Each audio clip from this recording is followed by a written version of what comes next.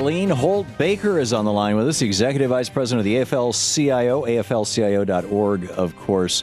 Arlene, welcome to the program. Hello, Tom. How are you doing today? I am great. Other than Virginia, it looks like we had a heck of a day yesterday. I tell you, it was a wonderful day. You know, it was a wonderful day for the middle class in America because they stepped up and they voted on their behalf in Ohio, and we're just so excited. You know, I think we'd have done Virginia, too, if the turnout had been a little higher. Yeah, it's 86 votes right now is the margin on that one race. I mean, it's it is. Pretty... So it was turnout. But, I tell you, we are ecstatic about Ohio. We had this inkling when Governor Kasich decided that he was going to go after collective bargaining, and the people said, okay, we're going to take it to a citizen's veto here.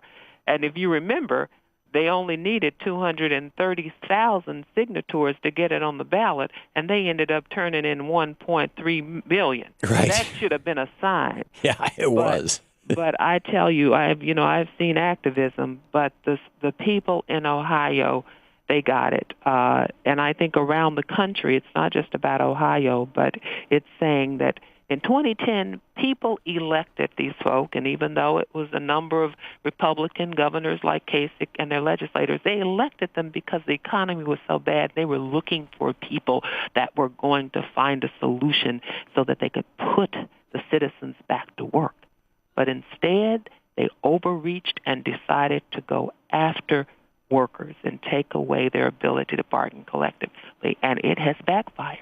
Yeah, well, they did what Republicans do. And they didn't run on the fact that they were going to try to eviscerate workers' rights, or that they were going to try to roll back women's rights, or that they were going to make it harder and harder for people to vote. They didn't run on any of that stuff.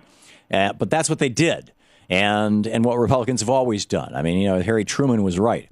And it seems to me like the one of the most important narratives is that when President Obama in 2010 said, I got a shellacking, and the whole conventional wisdom machine in the United States was, well, the Democratic Party better move to the right, and, the liberal stuff is dead. And that was nonsense. That what happened was, 2008, we elected an African American as president of the United States, and the House and the Senate both went Democratic, and people said, okay, fine. Job done. Everything's cool. Let's go back to listening to rock and roll and watching sports. Tom, I couldn't agree with you more. Yeah. Because you cannot expect any politician, and in that case, to do it for you. You can have the best politician in the world elected, and President Obama, and all the rest of them. The people have to continue to say, make them do it. Yes. Make them do it. And in Ohio last night, the people made it very clear to Kasich that you have overreached. It was amazing to me when I listened to him last night and in his speech, and he said, well, I'm a servant of the people, and I now understand and hear the people. I'm a servant of the people. Well, he wasn't listening before, but he not only is Kasich listening, but governors all over this country and other legislators are listening to the people. They're listening because people are fed up in this country. You see what's happening with the 99% and the Occupy Wall Street, the movement. People are starting to move, and they're going to hold these politicians accountable.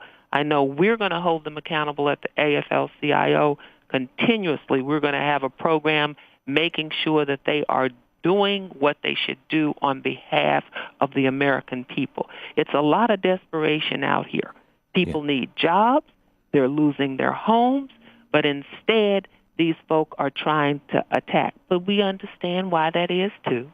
We understand that is to try to dilute the power of the people. So and they got to protect their 1%. Yeah.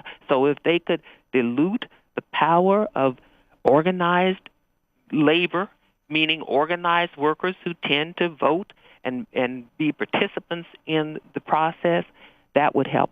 If they can suppress the vote of people of color and young people and the elderly and the poor, then that gives them advantage. So we understand this was a power grab, but it's a power grab that did not work. It didn't work in Ohio last night. It did not work in Maine when the governor there decided to take away the same-day registration. The people there resoundingly said, no, can't do that, Governor. So this is, I think, an opportunity. It's just the beginning. Yeah. It's just the beginning. We can't sit back on our laurels and say, okay, this is just, no. We've got to keep pushing. We push into 2012 clearly with the agenda of the 99% of Americans. Yes, and with all due respect to you as the Executive Vice President of the AFL-CIO, Arlene Holt Baker, this is not just a union issue. And It wasn't just the unions, and frankly, I think it wasn't even largely the unions who brought about this kind of response. It was the American people who are, and which is the reason why they support the unions. When given in most of the polls, would you take a union? If a union job was available to you, would you like to have it? Well over 60% of Americans, almost however you phrase that, will answer yes.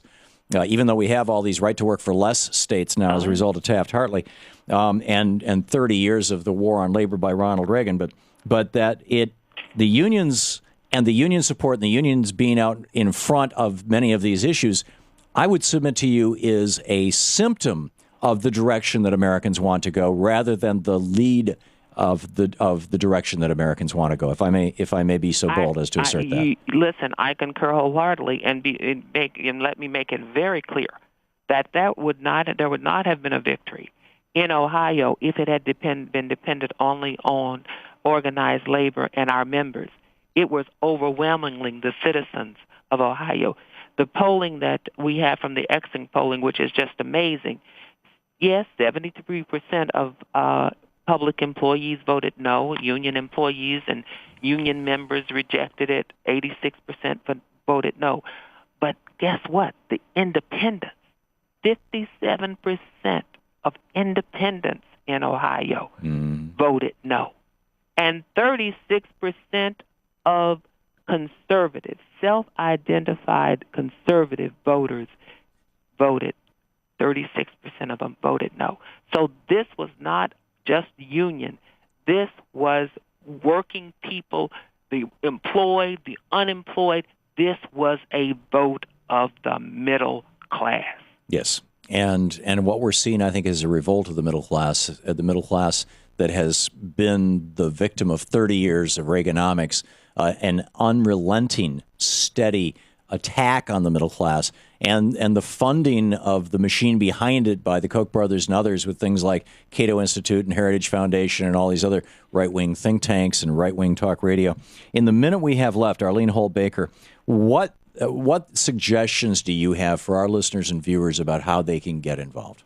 Well, the thing that I would certainly suggest that the viewers do, we've got this great opportunity now with what's going on with Occupy Wall Street, that we are the 99%. What we've got to do is make sure that the elected officials, they've got to hear from us, and we certainly have an opportunity right now with this, our deficit commission trying to figure things out, to say to those folks, what we can do to put America back to work. One of the things that we can do is we need to let those Bush tax breaks expire so that we can raise that $800 billion from the wealthy and start to put people back to work, and to say this is not a time in our economy to start to pull away the safety net for people such as Social Security and Medicare. Amen. This is a time to figure out a way how to put people back to work. Yep. Keep the pressure on our elected officials. If we do it, if we got to go to the street, if we got to sit in at their offices, we have to be willing to do so. Very well said. Right, we kick them out in 2012 and elect people who will. There you go. This is the Thom Hartmann Program. Arlene Holt Baker, AFL-CIO.org. Thanks so much for being with us today. Okay, thank you, Tom.